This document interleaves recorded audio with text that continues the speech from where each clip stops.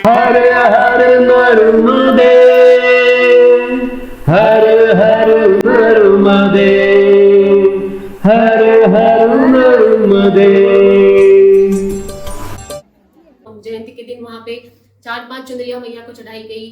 पूरा रात भर संगीत भजन चलता रहा। आगे एक चलने के बाद एक बोर्ड दिखा, एक तिराहा आया था और वहां पे लिखा था कि चाय की सेवा सिर्फ 100 कदम की दूरी पर। तो बड़ा अच्छा लगा वो देख के उनके, और परिक्रमा मार्ग जैसे लिखा हुआ भी था। जैसे हम वो स्थान के निकट पहुंचे, वहां पे पहुंचे तो हमारे ऊपर पुष्प वृष्टि हो गई। मतलब सचमुच के हमारा स्वागत फूलों की वर्षाओं से किया गया। सबिंदु सिंधु सुस्थल तरंग भंग रंजितम द्विषत्सु पाप जात जात कारी वारि संयुतम कृतांत भूत काल भूत भीतिहारि वर्मदे स्वदीय पाद पंकजम नमामि देवी नर्मदे, नमामि देवी नर्मदे, नमामि देवी नर्मदे। नर्मदेयहर। साथियों, पिछले भाग में प्रमदा मैया ने मंडलेश्वर से लक्कड़कोट की झाड़ियों तक का सफर पूर्ण किया और यहाँ तक लगभग आधी परिक्रमा का मार्ग पूर्ण हो चुका है।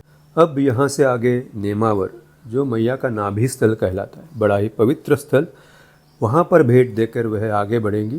बीच में नर्मदा जयंती का पावन अवसर भी है, जिसका रोमांचित करने वाला अनुभव वह झिरी नाम के गांव में लेने वाली है। लक्कड़कोट से अमरकंटक तक इर्द गिर्द परिक्रमा मार्ग पर जंगल झाड़ियों का क्षेत्र ज्यादा है। बेहद खूबसूरत मार्ग। कई सारे पवित्र पावन स्थलों को भेंट देते हुए प्रमदा मैया आगे बढ़ रही हैं। सुनते हैं उनकी ही वाणी से यह सारा वर्णन। नर्मदेयहर।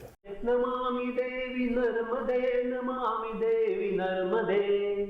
जयंती माता का वो जो प्रसिद्ध लक्कड़कोट की झाड़ी है, उसे पार करके हम पामाखेड़ी दोपहर के भोजन प्रसादी के लिए आ गए थे। यहाँ पे आपके लिए विकल्प होता है कि अगर क्योंकि आप 17-18 किलोमीटर चल के आए हो, तो आप वहाँ पामाखेड़ी के आश्रम में विश्राम कर सकते हो। वहाँ पे अच्छी व्यवस्था है, बड़ा आश्रम बना हुआ है। क्योंकि आगे अगर आपको जाना है तो आगे का जो आश्रम है वो 12 किलोमीटर की दूरी पर है। तो आपकी क्षमता अनुसार आपको वो निर्णय वहाँ लेना होगा कि आपको पामाखेड़ी में ही रहना है कि आपको आगे जाना है।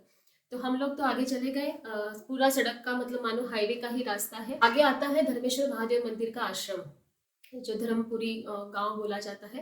कहा जाता है कि ये जो शिवलिंग है धर्मेश्वर महादेव जी है, इनका नाम धर्मेश्वर महादेव इसलिए पड़ा कि इनकी स्थापना स्वयं धर्मराज युधिष्ठिर द्वारा की गई थी, तो इसीलिए उसे धर्मेश्वर महादेव बोला जाता है। वहीं पे विश्राम करके अगली सुबह हम लोग बजवाड़ा तक सड़क मार्ग से ही गए। फिर वहां से आप अंदर की तरफ मुड़ जाते हो, थोड़ा सा मानो मैया के करीब हो जाते हो ऐसे कहिए। और फिर वहां से आप नमनपुर होते हुए टिपरास आते हो। टिपरास में भी आते आते आपके दोपहर की भोजन प्रसादी का समय हो जाता है।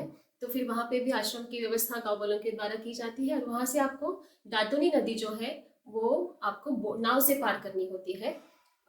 आगे जाके वो मैया में सम्मिलित हो जाती है। हम मैया से अभी ज्यादा दूर तो है नहीं, लेकिन मैया के किनारे भी नहीं चल पा रहे हैं क्योंकि हमको थोड़ा सा अंदर से ही चलना पड़ता है। जैसे ही दातुनी नदी हमने पार करी तो आगे एक चलने के बाद एक बोर्ड दिखा, एक तिराहा आया था और वहां पे लिखा था कि चाय की सेवा सिर्फ 100 कदम की दूरी पर। तो बड़ा अच्छा लगा वो देख के उनके, और परिक्रमा मार्ग जैसे लिखा हुआ भी था। जैसे हम वो स्थान के निकट पहुंचे, वहां पे पहुंचे तो हमारे ऊपर पुष्प वृष्टि हो गई। मतलब सचमुच के हमारा स्वागत फूलों की वर्षाओं से किया गया। तो ये बहुत अद्भुत अनुभव था कि परिक्रमा वासियों के लिए जो आदर और सम्मान गांव वालों के मन में था, ये उसका प्रतीक था। तो बहुत ही मतलब हमें लग रहा था कि मानो हम क्या है, ये हमें मिल रहा है कि मैया की वजह से ही मिल रहा है। बिल्कुल हम तो कुछ नहीं है, जो है हम मैया की परिक्रमा कर रहे हैं, इसलिए ये सारा मान सम्मान है। ऐसे आप जाओ तो आप तो कुछ भी नहीं हो। तो ये एक अलग तरह का आदरातिथ्य हमें उस गांव में देखने को मिला। उस गांव का नाम था मेल पिपिया। अब ये गांव के बाहर कुटी बनी हुई थी। तो वहां पे वो सबको चाय बालभोग, किसी को अगर अभी गर्मी बढ़ रही थी थोड़ी थोड़ी तो वो किसी के लिए छाछ चाहिए तो वो छाछ भी पूछ रहे थे।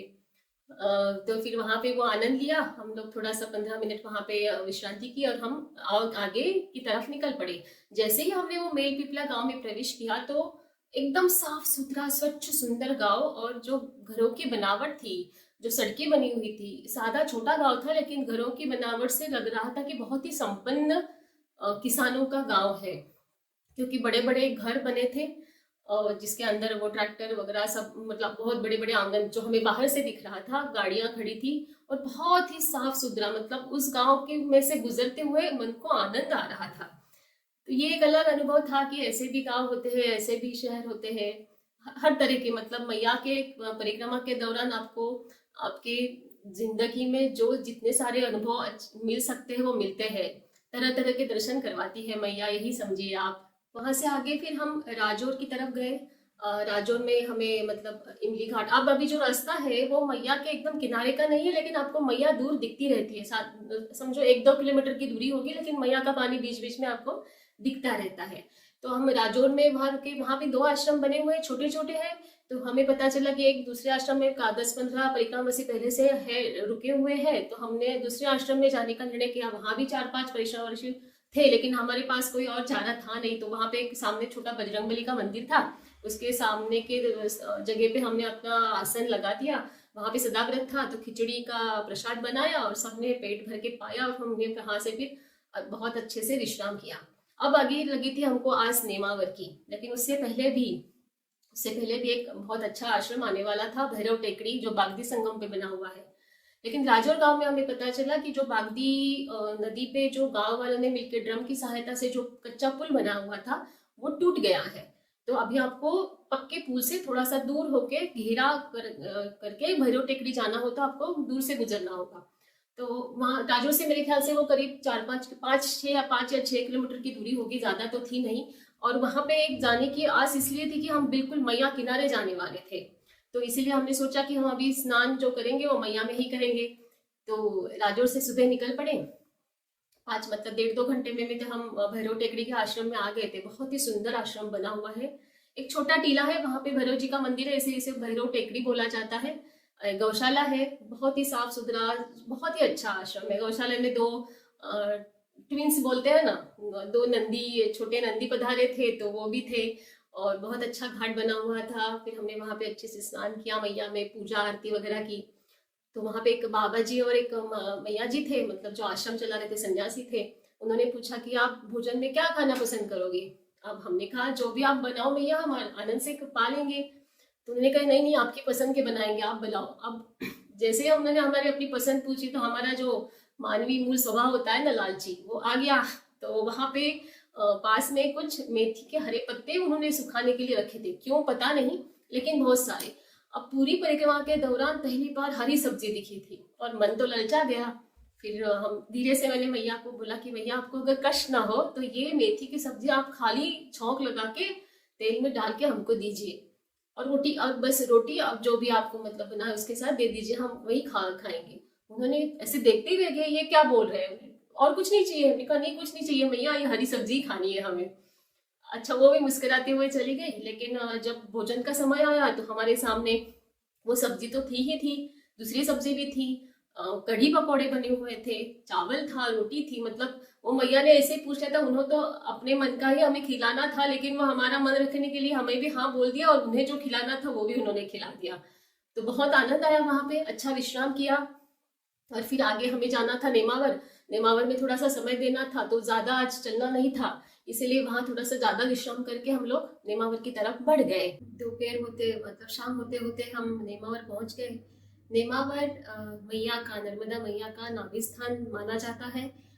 मैया के बीचों बीच एक पत्थर है, उसमें एक मतलब होल जैसा है, और उसे कहते हैं कि ये मैया का नाभि स्थान है। चूंकि हम मैया की परिक्रमा में है, हम निकट जाके उसके दर्शन नहीं कर सकते, क्योंकि हम मैया लांघ नहीं सकते।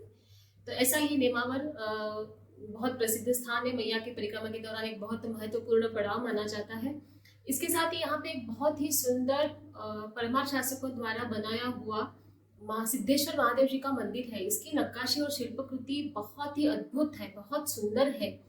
बहुत बड़ा घाट भी बना हुआ है, लेकिन जिस तरह का उसका संरक्षण होना चाहिए, मतलब वो थोड़ी सी मुझे वहाँ पे कमी लगी और थोड़ा दुख हुआ। वो इतना सुंदर मंदिर है, उसकी स्वच्छता और उसका रखरखाव और अच्छी तरह से मेरे ख्याल से हो सकता है। अगली सुबह हम जब सीलकंठ, मेरे ख्याल से सीलकंठ में हमने दोपहर की भोजन प्रसादी की। हाँ, सीलकंठ से पहले नेमावर के बाद एक महत्वपूर्ण स्थान आता है तुरनाल, जो तुरनाल और जो मैया किनारे वहां पे परशुराम जी ने अपने पिता ऋषि जमदग्नि और माता रेणुका का पिंडदान किया है, ऐसा माना जाता है। और वो पिंड जो है वो आज भी शिला रूप में वहां पे हमें दिखाई देते हैं। तो ये एक बहुत ही प्राचीन और महत्वपूर्ण स्थान है जो बिल्कुल मैया के किनारे है। आपका ये किनारे का ही रास्ता है, आप बीच में पैदल एक और नदी गोंड नदी भी पार करते हो।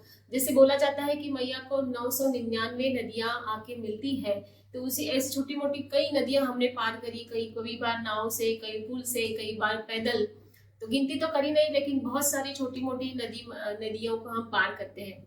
ऐसे होते हुए फिर हम सिलकंठ आए, वहां पे दोपहर की भोजन प्रसादी हमने की, वो भी मैया किनारे आश्रम था। उसके बाद नीलकंठ से थोड़ा सा आपको अंदर जाके, क्योंकि जो कोलार नदी आती है बड़ी है वो काफी, उसे आपको पुल पर से ही पार करना होता है, तो थोड़ा सा बाहर जाके घूम के जाना होता है।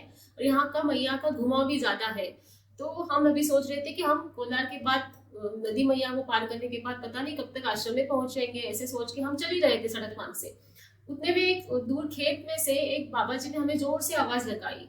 हमने कहा क्या हो गया, तो उन्होंने कहा पहले इधर आइए। हमने कहा नहीं, हमें आगे जाने दीजिए। तो उन्होंने कहा नहीं, इधर आइए तो सही। तो उनके खेतों में छोटी सी कुटिया बनी हुई थी, उन्होंने हमें वहां पे बुलाया, चाय काढ़ा पिलाया और कहा कि आपको यहाँ मैया का घुमाव ज्यादा है और घूम के जाना पड़ता है, तो आप बीमावर को ना जाते हुए सीधा अबली घाट निकल जाओ, यहाँ से एक शॉर्टकट है, तो खेतों के रास्ते में बना हुआ है। हमने कहा खेतों में अगर हम रास्ता भूल गए, तो उन्होंने कहा नहीं चिंता नहीं करो, बीच बीच में हमने मार्ग में परिक्रमा मार्ग का ये लगा के रखा हुआ है बोर्ड, तो आपको समझ में आ जाएगा, लेकिन आपका काफी समय भी बचेगा, तो आप इस मार्ग से जाना। अब जैसे मैया की मर्जी, कहा जाता है जिसने जो बोला वो परिक्रमा वासियों ने मानना चाहिए। अगर आपके मन की करोगे, किसी की नहीं सुनोगे, तो उसका प्रसाद और फल जो अच्छा बुरा जो भी होगा वो मैया देती ही देती है।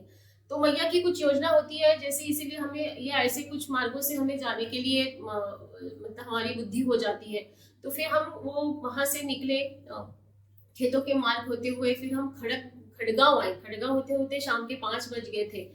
और वहां का जो एक खड़गांव में प्रवेश करने से पहले एक छोटा सा मंदिर है, वहां पे गांव के सब मुखिया वगैरह बैठे रहते हैं जो आश्रम की व्यवस्था। तो उन्होंने कहा रुक जाइए बाबा जी, अब आगे कहाँ जाओगे। और हम तो थोड़ा सा मतलब अहम में आ गए ना कि नहीं, हमें और चलना है, हमें और आगे जाना है, अभी तो 4 ही बजे, ऐसे करे। तो वो बार बार बोलते कि हमने मना किया, तो मतलब ऐसे करना नहीं चाहिए, ये भी बड़ी सीख थी हमारे लिए। फिर जब आगे गए तो जो हम तीनों ही थे, तो हम लोग थक गए। फिर हमको लगा कि अभी तो 5 बज रहे हैं, मतलब उस गांव में पहुंचते पहुंचते हमें 5 बज गए थे। अब इससे आगे का आश्रम कहाँ, पता नहीं, अंधेरा हो जाएगा, क्या करें। तो हमने उनको, जिन्होंने हमें पूछा था कि आप यहीं रह जाओ, वो हमें फिर से मिले तो उनको पूछा। अब वो तो गृहस्थ सेवा करने वाले थे, वहां उस गाँव में आश्रम तो था नहीं। तो उन्होंने कहा आपने मना कर दिया, तो मैंने आपके पीछे आने वाले कुछ परिक्रमा वासियों को जगह दे दी। अब मेरे घर में इतनी जगह तो है नहीं बाबा जी। अब हमारा चेहरा उतर गया। फिर भी बेचारे बोले कि कोई बात नहीं, कोई बात नहीं, कर लेंगे, आपकी भी व्यवस्था कर लेंगे। लेकिन हमें साफ दिख रहा था कि उनको कष्ट होने वाला है। तो फिर हमने सोचा कि नहीं, हम किसी और के दूसरे में घर की मदद मांगेंगे, इनको और कष्ट नहीं देंगे। पहले ही हमने थोड़ी सी बदतमीजी की है समझो आप, तो उसके हमें अच्छा फल मिल रहा है। मैया की कुछ अलग ही ये होते हैं, मैया के हमारे लिए अलग अनुभूति रखी हुई होती, पता नहीं क्या हमारे रिश्ते होते किसी अनजान लोगों के साथ, ऐसा कुछ समझो आप। आगे जाके, थोड़ा सा आगे जाके एक घर था, वहां पे खुला था। मैंने जाके पूछा कि हम ऐसे ऐसे है, और जहाँ पे आमतौर पे ठहराया जाता है उनके पास अभी काफी परिक्रामवासी है, हम 3 लोगों के लिए जगह मिल सकती है क्या। उन्होंने हाँ कहा। अंदर गए तो वहाँ जेठानी देवरानी मिलके रह रहे थे, और वो शादी वाला घर था, मतलब मेरे ख्याल से 10-15 दिन में वहाँ पे बेटे की उनकी शादी होने वाली थी। लेकिन उन्होंने कुछ मतलब हमें मना नहीं किया, कुछ नहीं, वो उनके अपने काम चल रहे थे। फिर जो दूल्हे की बहन थी, चचेरी बहन, जो मराठी में उसे करौली बोलते हैं, उसका बहुत मान सम्मान होता है, वो कुछ अपने शादी की शॉपिंग के लिए कहीं गई हुई थी। अब उन्होंने हमारी व्यवस्था वगैरह करी सब। जैसे ही वो आई, अब हम तो कुछ चंद घंटों के मेहमान थे उनके घर में, लेकिन जैसे ही वो आई बिटिया, उसने पूरी शॉपिंग हमारे सामने खोल दी। मैया देखो मैं क्या लेके आई, मैया देखो मैं क्या लेके आई, मतलब चाह से दिखा रही थी, ये मैं हल्दी में ये पहनूंगी, मैं ये पहनूंगी। तो इतना मतलब उसका लगाव, और बड़ी कॉलेज जाने वाली ही बिटिया थी, मतलब ऐसे नहीं कि ना समझ छोटी बच्ची थी।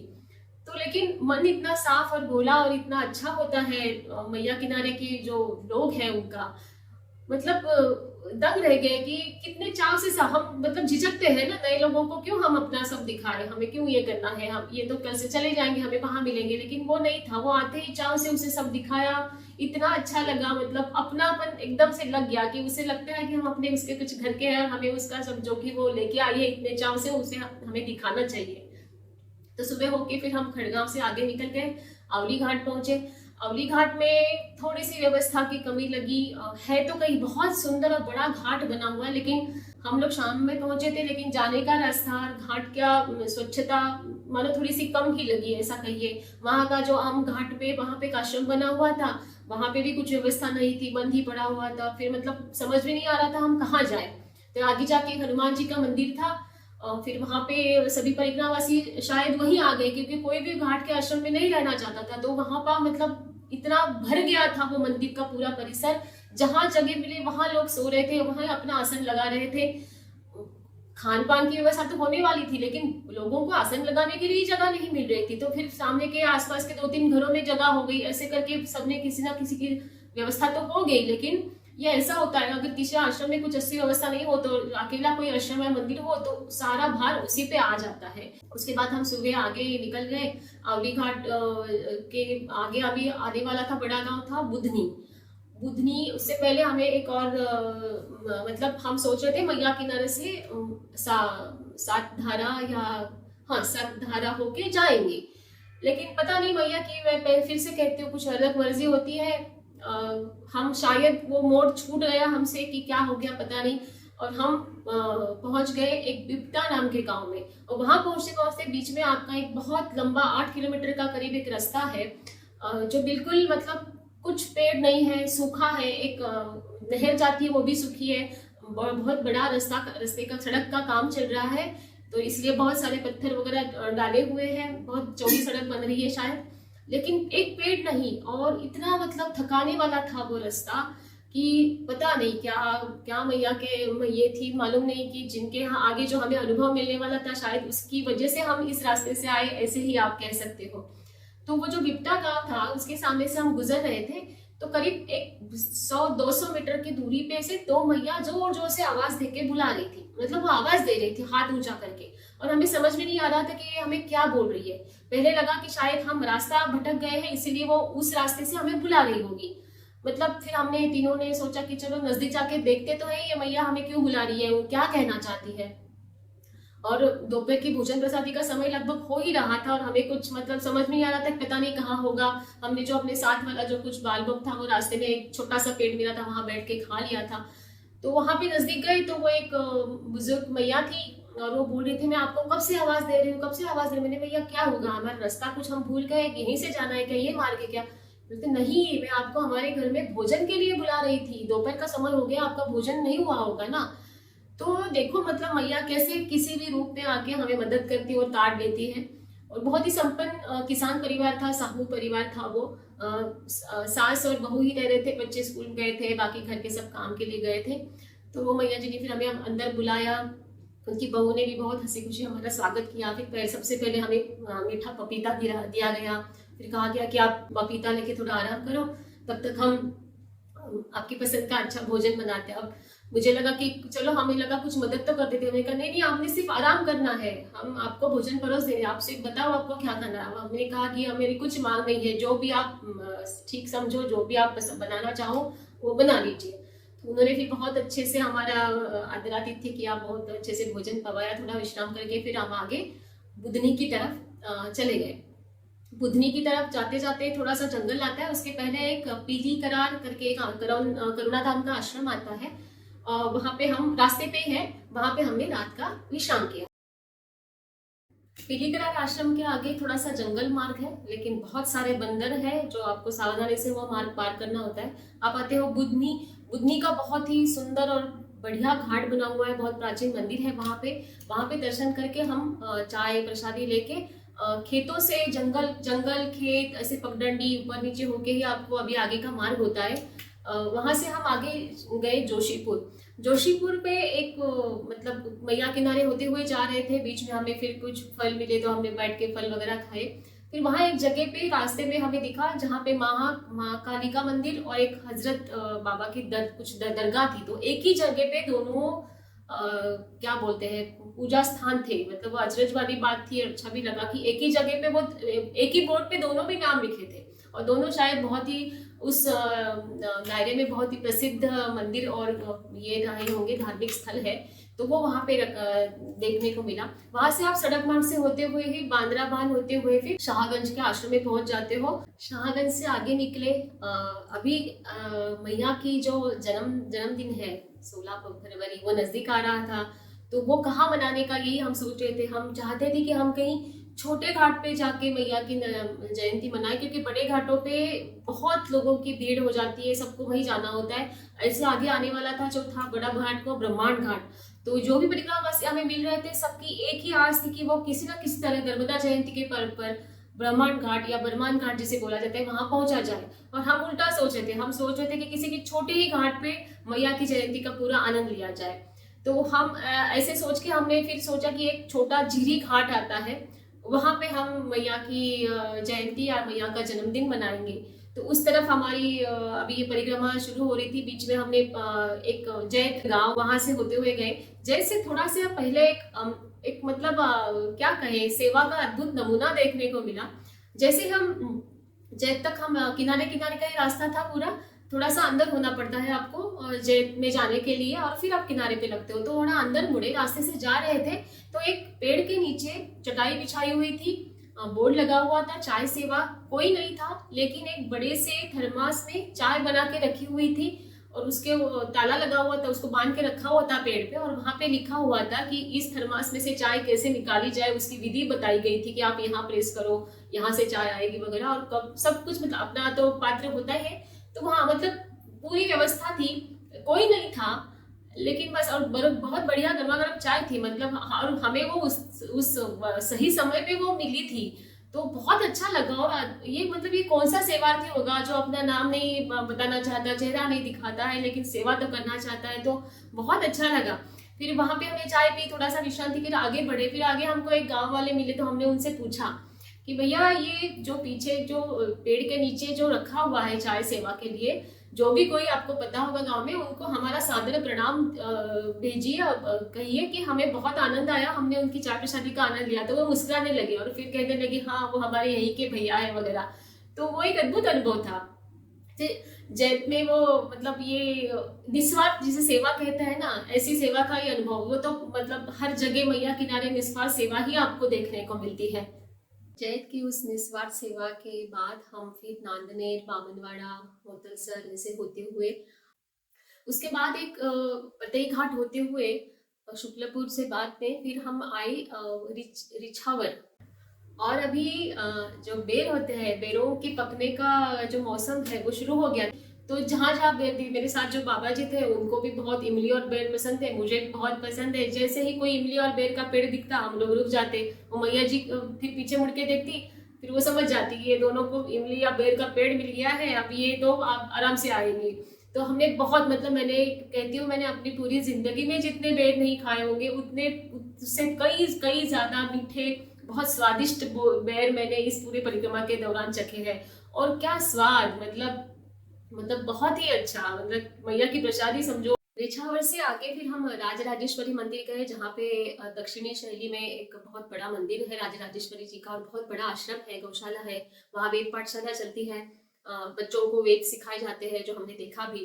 तो वो भी एक बहुत अच्छा अनुभव रहा। हम वही एक दिन विश्रांति के लिए रुके थे।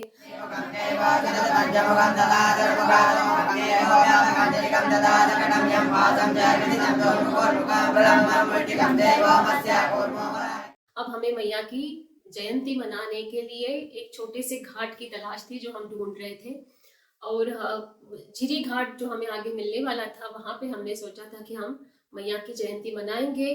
और मैया की जयंती परिक्रमा वासियों के लिए तो एक महत्वपूर्ण पर्व होता ही है, लेकिन जो मैया किनारे रहते हैं उनके लिए ये मानो बहुत बड़ा पर्व होता है। और वो मैया को मतलब दिल से इतनी मान्यता देते हैं, फिर उनसे मैया से कुछ मान्यता मानते हैं, मैया उनकी मान्यता पूरी करती है। तो वो खुशी खुशी उसके जो मान्यता मानी हुई थी उसके पूरे हुए विश्वास में नर्मदा जयंती के दौरान ही जो चुंदरी चढ़ाई जाती है तो मानता की भी चुंदरियां होती है। तो ये हमें जब हम जीरी घाट में गए तो पता चला। हमने वैसे भी पहले ही सोच लिया था कि नर्मदा जयंती जहाँ भी बनाएंगे वहाँ एक दिन पूरी विश्रांति करेंगे, परिक्रमा आगे नहीं बढ़ाएंगे और पूरा पूरा नर्मदा जयंती का वहाँ पे हम आनंद लेंगे। तो जैसे ही हम झीरी घाट पहुंचे तो झीरी घाट में एक छोटा सा घाट था और छोटा सा ही आश्रम था। और जैसे हम वो थोड़ा सा आप सड़क से जाते हो तो मैया किनारे जाने के लिए आपको एक 4-5 किलोमीटर अंदर जाना पड़ता है, 6 किलोमीटर मेरे ख्याल से। तो वो झीरी घाट है जो मैया किनारे है, छोटा सा गाँव है, छोटा सा आश्रम है। और वहाँ पे कुछ महाराष्ट्र के आए हुए थे मैया बाबा जी, उनकी बहन और एक बाबा जी थे। एक बहन उनकी पुणे से थी, वो स्वयं मुंबई से थे और वो वहाँ पे अन्न क्षेत्र चलाते थे। नर्मदा जयंती होने के बाद 2-3 दिनों के बाद वो वहां से वापस चले जाने वाले थे। तो बहुत ही सुंदर वातावरण था।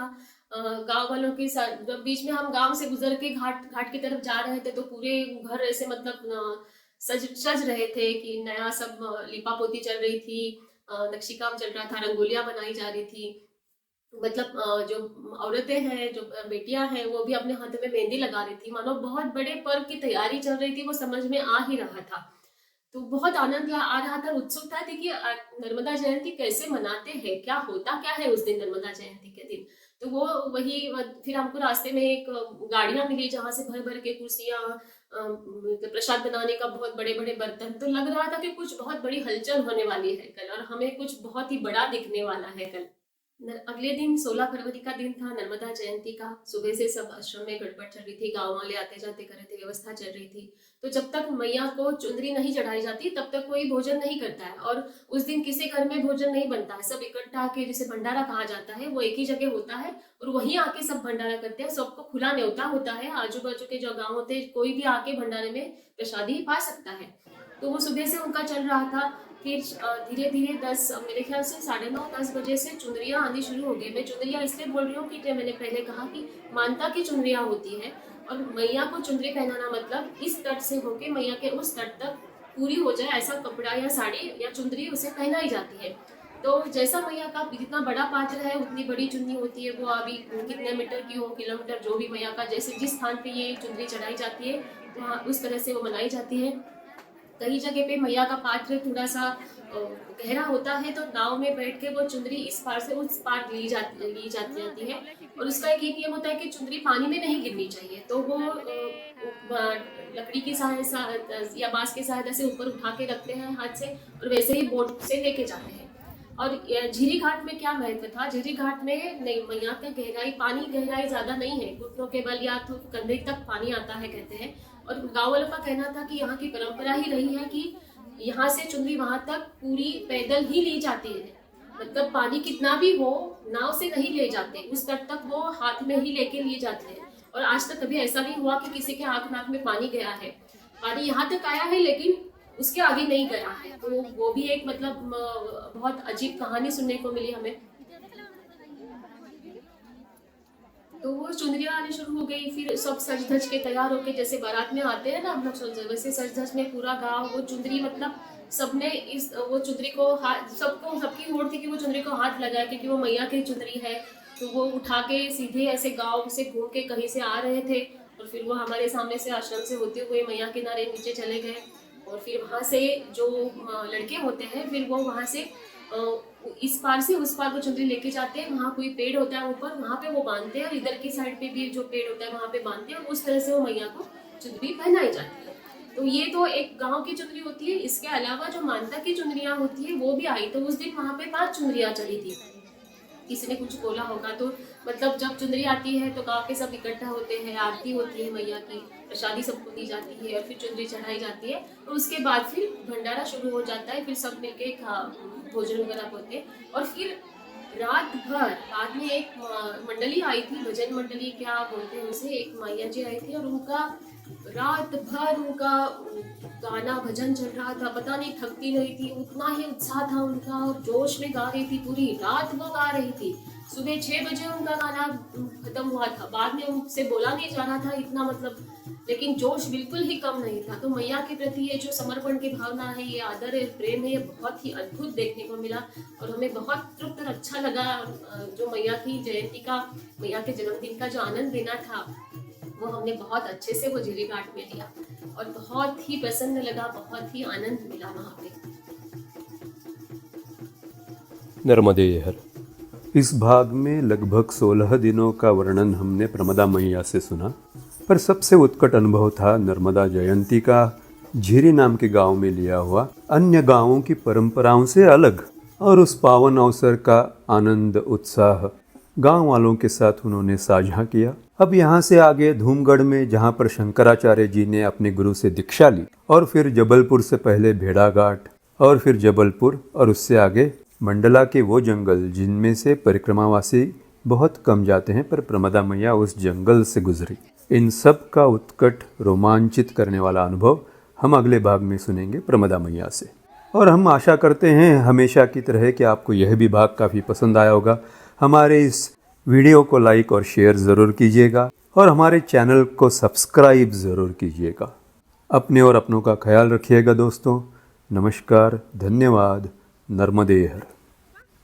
सबिन्दु सिन्धु शुष्कलतरङ्गभङ्गरञ्जितं द्विषत्सु पापजातजातकारिवारिसंयुतं कृतान्तदूतकालभूतभीतिहारिवर्मदे त्वदीयपादपङ्कजं नमामि देवि नर्मदे त्वदीयपादपङ्कजं नमामि देवि नर्मदे।